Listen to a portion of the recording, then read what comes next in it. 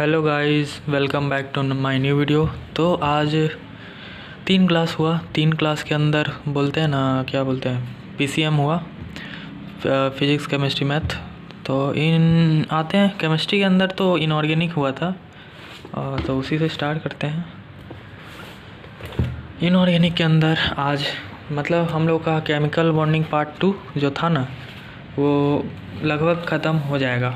1 सप्ताह लगेगा और मतलब 4-5 क्लास लगेगा, 4-5 भी नहीं।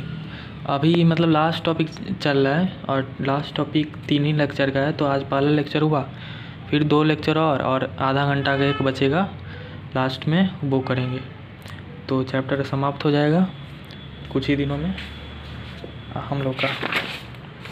तो आज पढ़ाएं सर थायोनिक एसिड के बारे में। नहीं, उससे पहले भी नेमिंग ऑफ साल्ट कैसे करते हैं, एसिडिक साल्ट और कॉमन मतलब साल्ट को कैसे करते हैं। तो वही इक 8 बन जाता है, इक एसिड 8 बन जाता है, और अस एसिड मतलब सल्फरस एसिड सल्फाइट एसिड बन जाता है, फॉस्फोरिक एसिड फॉस्फेट बन जाता है साल्ट में। तो ये नेमिंग बताएं, नेमिंग फिर एग्जांपल्स बहुत सारा क्वेश्चन दिए क्लास में ही और करवाएं। तो इसको मैं फिर से प्रैक्टिस कर चुका हूँ आके क्लास से। फिर थायोनिक एसिड के बारे में बताएं कि सल्फ़र के साथ 6 ऑक्सीजन रहना चाहिए, तभी उसको थायोनिक बोलते हैं। और उसके बारे में बताएं कि सल्फ़र लिंकेज कितना होता है, फिर एब्सोल्यूट ऑक्सीडेशन स्टेट कितना होता है, एवरेज ऑक्सीडेशन स्टेट जनरल बताएं, मतलब फार्मूला n करके, फिर एग्जांपल्स करवाएं। फिर आते हैं थायोनिक एसिड तो हो गया, थायोनस एसिड बताएं। इसमें वही O6 के जगह पे O4 हो जाता है, मतलब 2 ऑक्सीजन यहाँ से हटा देते हैं। तो यही जनरल बताएं कि लिंकेज कितना होता है, ऑक्सीडेशन स्टेट के बारे में बताएं। फिर लास्ट में थायोसल्फ्यूरिक एसिड कैसे बनाते हैं वो बताएं।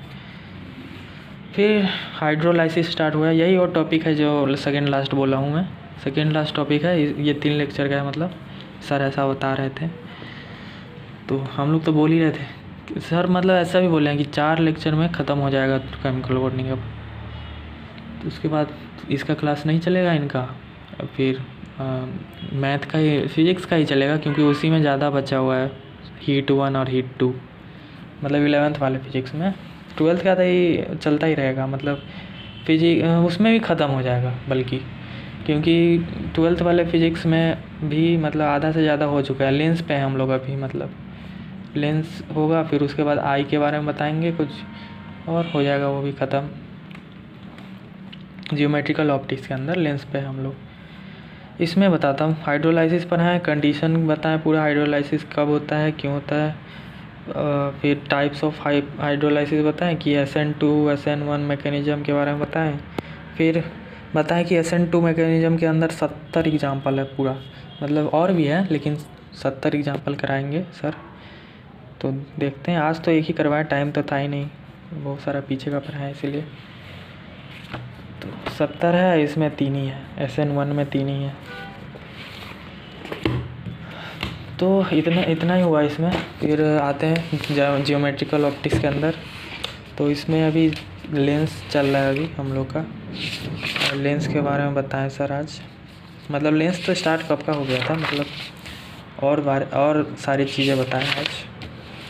तो आज सर बताए हैं लोकस के बारे में।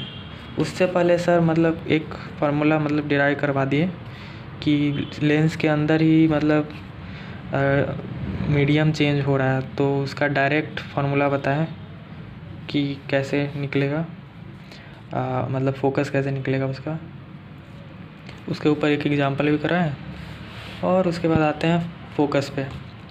फोकस के बारे में बताएं कि फर्स्ट फोकस, और इसके मतलब लेंस के 2 फोकस होते हैं, मिरर की तरह नहीं कि एक ही फोकस रहता है उसमें।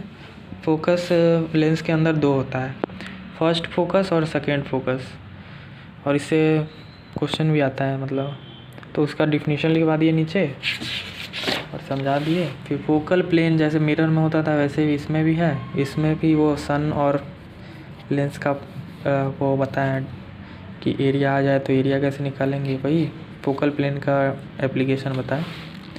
फिर फोकल लेंथ का मतलब किस चीज़ पे डिपेंड करता है लेंस में, वो बताएं कि मीडियम ऑफ लेंस पे डिपेंड करता है, सराउंडिंग मीडियम पे डिपेंड करता है और वेवलेंथ ऑफ लाइट पे भी डिपेंड करता है।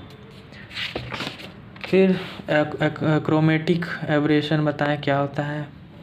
फिर एक डेरिवेशन करवाए और डिस्पर्सन निकालने का, मतलब डिस्पर्सिव पावर निकालने का, ओमेगा।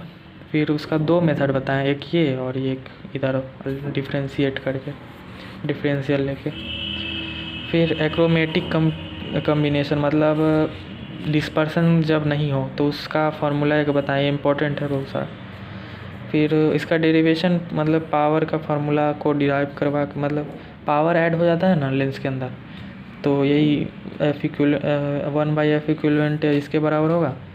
तो डिफ्रेंशिएट लेके F1 की मतलब F1 के रिस्पेक्ट में डिफरेंशियल लेके ये डिराइव करवा दिया।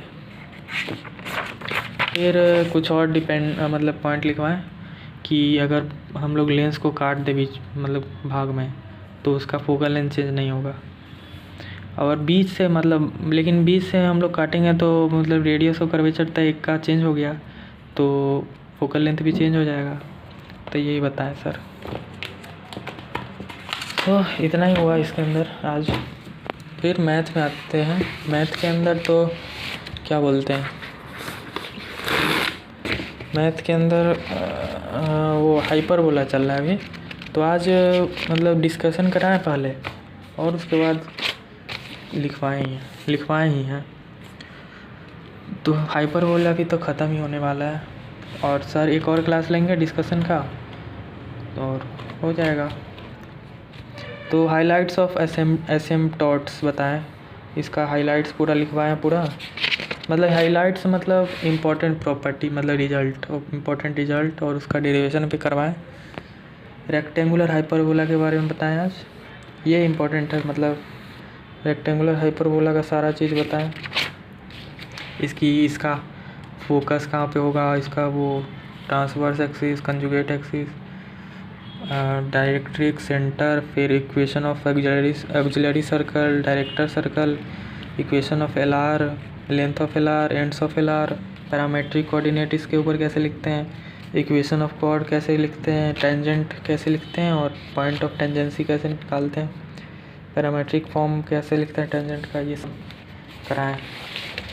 तो मतलब आज ख़त्म करा दिए।